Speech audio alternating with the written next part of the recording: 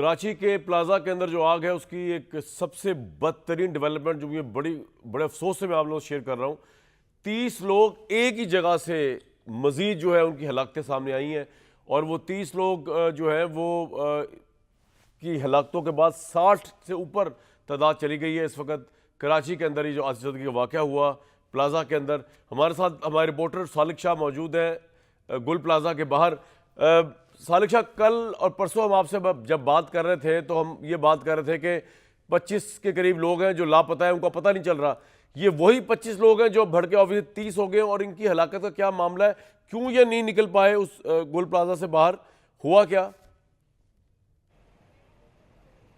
जी बिल्कुल कामरान शाह साहब, प्रॉब्लम सारा ये है कि यहाँ पर जो लापता होने वाले अफराद हैं उनके वरसा अज़ीतनाक जो इंतज़ार की कर्ब की कैफियत में यहाँ मुब्तला हैं, वो बहुत परेशान हैं यहाँ पर। और आज जो जहाँ से जो लाशें मिली हैं, ये क्रॉकरी शॉप थी, जो शोरूम था, वहाँ पर 20 से 25 अफराद की जो लाशें मिली हैं, लेकिन वो बिल्कुल राख का ढेर बनी हुई थी। वहाँ पर उनका जो लाशें मिली हैं बिल्कुल सुरमा हो चुकी थी, कल के जल के कोयला वहाँ से जो मिला है। और अफसोसनाक बात यह है कि दोपहर में जब यहाँ पर रेस्क्यू टीमें और सर्च टीमें जब दाखिल, उन्होंने कहा कि बिल्डिंग बिल्कुल क्लियर है, लेकिन दुकान का जो मालिक था, जिसके वहाँ पर 2 बच्चे, एक कज़न, एक भतीजा, उसके अलावा मुलाजमीन और दीगर अफराद जो फंसे हुए, उस बात पर मजीद था कि जब उसका बेटा वहाँ से निकला तो वहाँ पर बहुत सारे लोग मौजूद थे। आप कैसे कह सकते हैं कि वो जगह बिल्कुल क्लियर है, जिसके बाद वो फोर्सफुली अपने साथ रेस्क्यू एहलकारों को ज़बरदस्ती अपने साथ अंदर लेकर गया। जिसके बाद जब उन्होंने वहाँ जाकर सर्च किया, ऑपरेशन किया, जो मलबा हटाया गया वहाँ से, तो उसके नीचे से ये 20 से 25 अफराद की बाकियात मिली हैं, जो मुख्तलिफ हिस्सों से पुलिस को काम का ये बताना है कि ये बताइए ना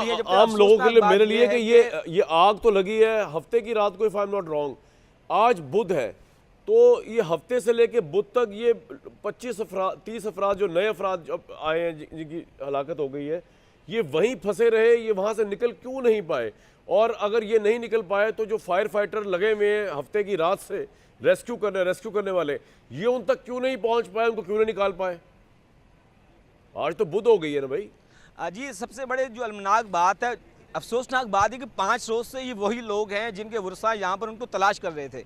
और उनके वरसा बार बार इदारों से आके कह रहे थे कि बिल्कुल ये सामने करीबी बिल्डिंग है, उस बिल्डिंग के करीबी जो तीसरी दुकान है उसके अंदर उनके प्यारे फंसे हुए, खुदा के वास्ते जाके उनको निकालें। ये वही लोग हैं जो अपनी मदद आपके तहत खुद किराए पर शावल और क्रेन लेकर आए थे मलबे को हटाने के लिए, लेकिन इंतज़ामिया ने उनको मना किया। और आज जब 4 रोज़ बाद वो खुद फोर्सफुली इंतज़ामिया को अपने साथ लेकर गए तो उसको वहाँ से अपने बच्चों की लाशें नहीं मिली हैं, राख मिली है, जिसकी कोई भी शनाख्त मुमकिन नहीं है। तो अफसोसनाक बात यह है कि ये वही लोग हैं जिनकी गुमशुदगी की इत्तलात पहले रोज़ से इंतज़ामिया के पास थी। ये सिर्फ वो नहीं है, 80 से ज़ायद लोग हैं। डीसी ऑफिस में जो लिस्ट मेंटेन की गई उस पर 85 अफराद के नाम बताए गए हैं, जिसमें ख़वातीन भी हैं, बच्चे भी हैं, बुजुर्ग भी हैं, यहाँ काम करने वाले दुकानदार भी हैं, उनके मुलाजमीन भी हैं। अनगिनत लोग हैं यहाँ पर जिनके वरसा अभी तक अपने बच्चों को, अपने प्यारों को ढूंढ रहे हैं। लेकिन बदकिस्मती यह है कि इंतज़ामिया की जानिब से तो आप ये कह रहे हैं कि वो जो 30 लोग हैं उनकी लाश तो राख बन चुकी, तो वो तो फिर यानी कि किस तरह पहचानी जाएंगी? मतलब उसमें फिर क्या प्रोसेस अपनाया जाएगा?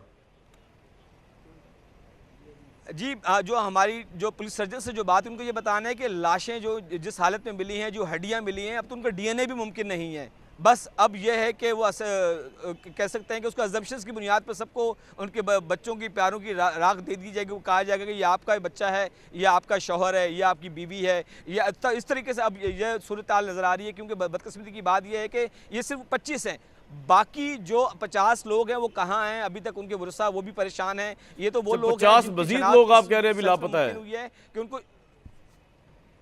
जी बिल्कुल यही सूरत हाल है। क्योंकि मजमूई तौर पर जो तादाद बताई जा रही थी 85 लोग हैं, अगर 25 लोग ये शामिल करते हैं और इससे पहले सुबह 31 थे, तो 31 में से 8 लोग वो थे जो शुरू में जिनकी जो है लाशों की शनाख्त हो गई थी, वो मिसिंग पर्सन में शामिल ही नहीं थे। तो 50 के बाद जो अगर हम 40 और 40 मजीद ये करते हैं, सालिक साहब आपने मुझे सवाल का जवाब नहीं दिया कि क्यों 4-5 दिन तक फायर फाइटर्स या जो रेस्क्यू वाला अमला है इन लोगों तक नहीं पहुंच पाया जिनकी राख मिल रही है? और क्या ये पहले ही रात को राख बन गए थे या ये क्या हुआ? क्योंकि कुछ लोगों के मुताबिक तो बताया गया ना कि वो रातों को उन्होंने मैसेज भी किए कि आग ने उनको घेर लिया हुआ है, तो उस वक्त फायर फाइटर किधर थे?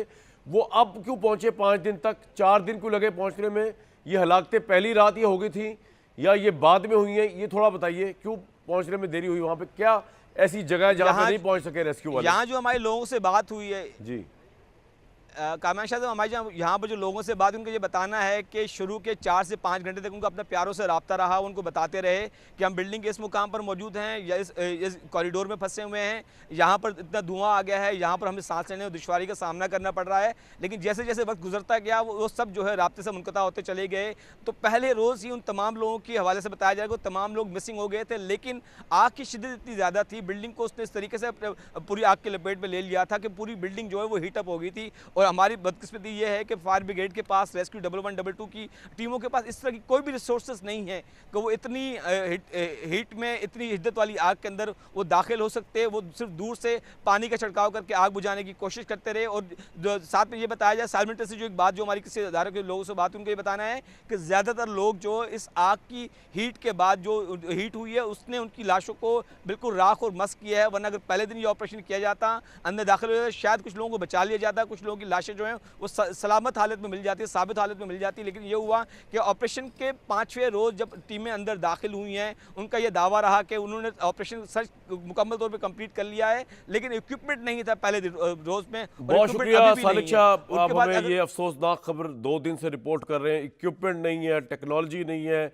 फायर ब्रिगेड वालों के पास अरबों रुपया जो सिंध के पास जाता है वो फिर कहाँ जाता है, क्योंकि सिंध में जो है कभी डंपर से लोग मर रहे हैं लगने से, कभी ओपन वो जो है गटर के ढक्कनों से बच्चे मर रहे हैं, कभी पानी नहीं पहुंच रहा, कभी प्लाजों में आग लग रही है। अभी मेरे सामने 2023 की सेफ्टी ऑडिट रिपोर्ट है और इस पर अगर अमल कर लेती सिंध की हुकूमत, मेरे सामने उसकी डिटेल्स है, मैं आपको थोड़ी देर बताऊंगा, जिसमें 62% इमारतों में इमरजेंसी एग्जिट ही नहीं है और 70% इमारतों में इंतहाई गैर मियारी किस्म की इलेक्ट्रॉनिक वायरिंग की गई है।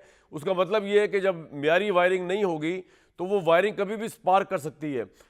2023 के ऑडिट में 45 इमारतों का मुआयना किया गया, जिनमें 29 इमारतों को गैर तसल्लीबख्श करार दिया गया। बेशतर बुलंद इमारतों और कारोबारी मराकज़ के स्टैंडर्ड फाइटर सेफ्टी ना होने का इंकशाफ हुआ है। 62% जिस आपको बताया इमारतों में इमरजेंसी एग्जिट ही नहीं। 267 बड़ी रिहायशी कमर्शियल इमारतों में सिर्फ 6 इमारतों में आग बुझाने के आलात मौजूद हैं।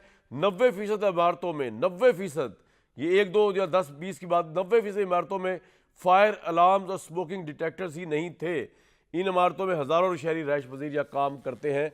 ये हादसा कभी भी दोबारा हो सकते हैं। मेरे साथ कराची के साबिक मेयर वसीम अख्तर साहब, शमीरा फारूकी साहिबा, शौकत यूसुफजई साहब और इफ्तिखार अहमद साहब मौजूद हैं। वसीम अख्तर साहब, आप मेयर रहे कराची के, कराची तबाही के दहाने पे है।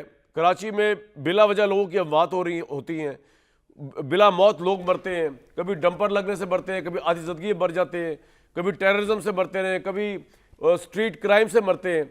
कराची कोई ओन करने को तैयार नहीं है। कराची का मसला क्या है? देखिए कामरान साहब, ऐसा है कि कराची की जो पॉपुलेशन है ना वो 4 करोड़ से ज़्यादा हो चुकी है इस वक्त जनाब, क्योंकि आज तक सेंसस तो सही हुआ नहीं है। यहाँ सेंसस में तो कोई 1.25 करोड़ दिखाते हैं, मगर 4 करोड़ से ज़्यादा की आबादी है। ये मतलब एक मुल्क की तरह है कराची शहर।